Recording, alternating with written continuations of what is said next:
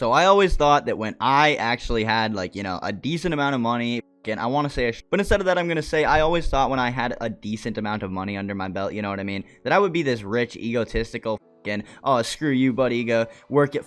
But no, dude, I'm not that kind of like egotistical dude, and I realized that today. Now listen, okay, I worked my first job at a phone sales job today. Call it what you want, telemarketing, phone sales. I prefer phone sales because telemarketers are douchebags, and I don't want to be a fucking douchebag scumbag, you know, screwing over old people, that kind of thing. But like, that's literally my job, right? Get credit card numbers. Anyways, I do kind of have that capitalistic mindset, so it's a job that kind of vibes well with me, but I also have a bit of a moral compass, so I'm not out here about to exploit some 90-year-old grandfather, you know what I mean? Believe it or not, a job like this will end up giving me for not pressing like 90-year-old dudes and trying to exploit them. It's kind of up. I don't want to be in this industry of sales for very long, but it's an okay job for now. It pays decent and the commission is pretty damn good, and I'm good at it. Like, I'm fucking good at sales. I had a sales job in the past, but I didn't fully apply myself, and I was even decent at it then. So after having been doing YouTube for all these months and getting my you know, gift for gab going, like my dad says, and actually putting it to use and making money off of it, like marketing it, and it's overall just a really fucking good job to me. I enjoy it, and like I said, I do have that moral compass, so I'm not about to go out here and screw over some 90-year-old dude. Like, I do have my boundaries with this job, you know what I mean? Not to mention, dude, like, Wolf of Wall Street is one of my favorite movies of all time, and like, everything about that movie has to do with sales, so this is just great. It's fucking fantastic. Anyways, dude, I did just want to take a 5 to 10 minute video randomly one day to explain this sort of like industry that I'm in, because the company that I work for, I'm not going to say anything directly negative about them because I work for them. And if anybody that's watching this video works for my company and ever sees this and I get fucked over in that way, I'm not saying anything negative about this company. I actually like the mindset that is behind the creation and startup of a company like this. I just don't like the extent that it gets taken to sometimes. That's just the topic I'm going to be talking about today. Capitalism, basically. Obviously, probably been beat to death a million times. But as I start to work on the workforce more and more, and I see all these different industries, I'm starting to realize more and more how many just like scumbag ways there are out there that people pull in like millions of dollars of revenue every year. It's crazy, you know what I mean? I don't know, dude. I'll tell you guys a story, okay? I'll tell you guys a story of something that happened during my training today, okay? Now, I'm gonna be as bare bones as absolutely possible because there is some information that I shouldn't be bringing to public knowledge, right? Like, unless you actually work at the company, this isn't something you should be knowing. But I will try and be as descriptive and concise as possible so that you guys actually have an idea for how fucked up this situation was. Basically, when we get on a call with somebody, we have packages to offer, but we offer trial packages as well that are like 99.9% cheaper than what the bundle is actually going to cost 15 days after you actually pay the trial fee. So I think what my company banks on is people forgetting to call back and cancel their membership fee, and banking on one-time purchases from individuals, not actually giving good services. And then when those people realize after that 1 month that, oh crap, I forgot to cancel that membership and I just got 50 bucks taken out of my account, they cancel their membership and never do business with them again. So they sort of bank on people screwing up, and that's their business model. I don't know, sales is its own business model though, right? Because there's scripts when you go into each and every sales industry, sales job, they're all slightly different. Some sales industries you're calling merchants, people that own businesses, and you're trying to offer them business services, so increasing their yearly revenue and stuff like that. That's a decent sales industry because at that point you're not cold calling random middle and low class citizens and trying to exploit them, you know what I mean? At that point, even if you're fucking exploiting people a little bit and digging your hands in their pockets without them realizing, at least then they're a business owner and it's not their month-to-month paycheck. You know what I mean? All companies offer different services and incentives and stuff like that, so. But regardless of that, I'll continue on with my story. Basically, while I was in training today, I was sitting and watching a lady that had been there for a couple months do her calls, and she was very good at her job. She was having a bit of a rough day, unfortunately, because it's just like that some days. Some days you'll get like 30 sales 5 days of the week, and then the 6th day of the week you go and you get nothing. It's just like that sometimes. You just sometimes get the bad barrel of calls, you know what I mean? But regardless, we were on the phone. I had my headphones on and she had her headphones on, and they were like connected so I could hear her call. But there was this like 90-year-old dude that she was convincing and actually had closed the sale on, but at the end of it, I don't even think the guy knew what he was purchasing. You know what I mean? Like, he was trying to call his insurance company, because basically there's a directory that people call, and our company kind of yoinks them from that directory. So he was trying to get through to his insurance company to process some insurance details, and I think he thought he paid for insurance services or something like that, like he was paying something up with his insurance company, but we just kind of exploited the shit out of this guy, and I felt bad. Like, I even looked at this lady afterwards, and I was like, I don't think that guy realized what you just sold him. Like, I don't think he has any clue. Like, you don't feel a little bad about that? Because when she makes that sale, it's only like a $2 trial fee or whatever. But after 15 days, that turns into like a $50 monthly fee. And when, you know, it's an old person, they might not necessarily remember to call back and cancel that. They might not realize for a long time that that money is getting taken from them.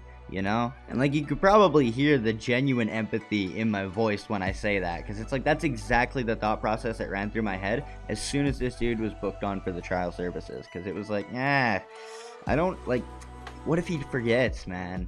What if he forgets and he didn't even realize what he just did? Like, fuck, dude. That's financial rape, dude. That's literally financial rape. She's like, if I don't meet my quota, I can't feed my kids. That's just the kind of industry it is. It has to be cutthroat. It has to be cutthroat for there to be people that thrive in it. And it is unfortunate that, you know, old people fall victim to these kinds of things, because I'm not just spewing conjecture here with that story. I truly don't think that guy knew what he was purchasing. I honestly think he thought he was talking to his insurance company. Like, it wasn't that she didn't clarify who she was, where she was calling from, and what she was offering, that kind of thing. But he was just so old, like borderline dementia ridden, you know what I mean? It's not morally ethic at all. But it just is a situation of it being what it is, right? It's a legitimate business industry on the workforce, and there's people that do really good at the job. There's people that aren't made for the job, but because it is like that, you know what I mean? The people that are good at it have to be really fucking good at it, because there's some people that aren't good at it. There's some people that don't have the heart to do it. You know what I mean? Not only do you have to be good, but you also have to be super fucking cutthroat. I do need to work on my cutthroatness a little bit, because I can't just fucking like bring a tear to my eye every time some old dude gets a fucking $2 charge taken off his card, right? Like, when you look at it in the grand scheme of things. I don't know, dude. Maybe I'm just morally bankrupt. The company that I work for kind of reminds me of how R.F. Rothschild was depicted in The Wolf of Wall Street, funnily enough. Because when Jordan Belfort or Leonardo DiCaprio goes on that like lunch date with Matthew McConaughey's character, that very first day of work for him, Leo literally says, wouldn't it work better if we make money and benefit the customer as much as well? And Matthew McConaughey just goes, no, of course not. You know, I'll play the clip right now for you guys. I gotta say, I'm incredibly excited to be a part of your firm. I mean, the clients you have are absolutely... Fuck the clients. Your only responsibility is to put meat on the table. You got a girlfriend? I'm married. I have a wife. Her name's Teresa. She cuts hair. Congratulations. Thank you. Think about Teresa. Name of the game, move the money from your client's pocket into your pocket. Right, but if you can make a client's money at the same time, it's advantageous to everyone, correct? No. Number one rule of Wall Street. Nobody, I don't care if you're Warren Buffett or if you're Jimmy Buffett, nobody knows if the stock is gonna go up, down, sideways, or in fucking circles. Least of all stockbrokers, right? It's all a fugazi. You know what a fugazi is? Well, Fugazi, it's fake. Yeah, fugazi, it's a wazi, it's a woozy, it's a fairy dust. It doesn't exist. It's never landed. It is no matter. It's not on the elemental chart. It's not fucking real. Right. All right? Right. Stay with me. Mm-hmm. We don't create shit. We don't build anything. No. So if you got a client who bought stock at 8 and it now sits at 16 and he's all fucking happy, he wants to cash in, liquidate, take his fucking money and run home, you don't let him do that. Okay. Because that would make it real. Right. Now, what do? You get another brilliant idea. A special idea. Another situation, another stock to reinvest his earnings and then some. And he will every single time because they're fucking addicted. And then you just keep doing this again and again and again. Meanwhile, he thinks he's getting shit rich, which he is on paper. But you and me, the brokers, we're taking home cold hard cash via commission, motherfucker. Right.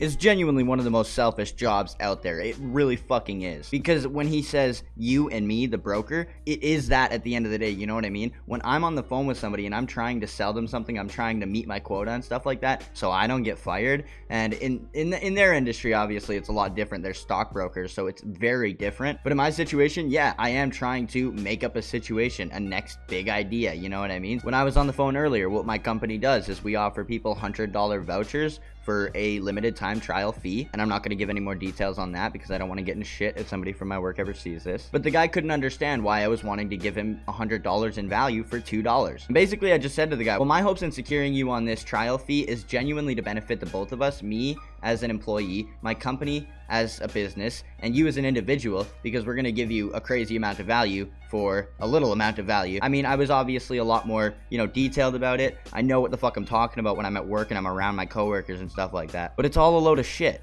None of it's real. It's all a fugazi. It's all a fugazi. It's all a fugazi. You know what a fugazi is? No, Fugazi. It's fake. Yeah, fugazi, it's a wazi, it's a woozy, it's a fairy dust. It doesn't exist. It's never landed. It is no matter. It's not on the elemental chart. It's not fucking real. Right? All right? So you starting to see where I'm coming from about the morality of the whole industry, right? And it's not the whole industry, like I mentioned before. It is just the industry that I'm in. It puts me in a situation where I'm in a bit of a moral dilemma, right? But I've also never been more excited to get my boots on the ground with a job either. So I don't know, kind of conflicting emotions right now with the whole thing. Because I'm in this industry to make a lot of cash. I'm not in this industry to take advantage of people. And if I'm ever going to be put in a position where it's either my job, like me getting fired, or pressing a client that probably isn't fully capable of making, financial decisions over the phone in the predatory way that telemarketing is, like, I'm genuinely just not that guy. Like, it is in me. I feel like it's in my fucking veins to do sales, but like, that's not me. I'm not that guy. You jerk off? Do I jerk off? Yeah.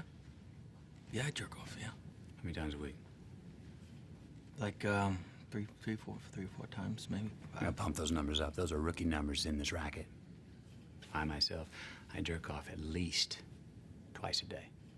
Wow. Once in the morning, right after I work out, and then once right after lunch. Really? Mm-hmm. Okay? I want to. That's not why I do it. I do it because I fucking need to. You gotta feed the geese to keep the blood flowing.